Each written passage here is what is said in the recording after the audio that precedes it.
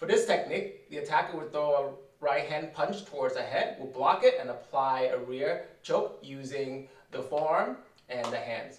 So the technique starts out with us facing each other. The attacker swing a punch, will step, block with your lead hand, or in this case your right hand, then slide your body through, come up behind, here, catch hold of your own hand, apply pressure on your shoulder, and pull your hand in for the choke. A couple of notes, make sure you're right behind your attacker.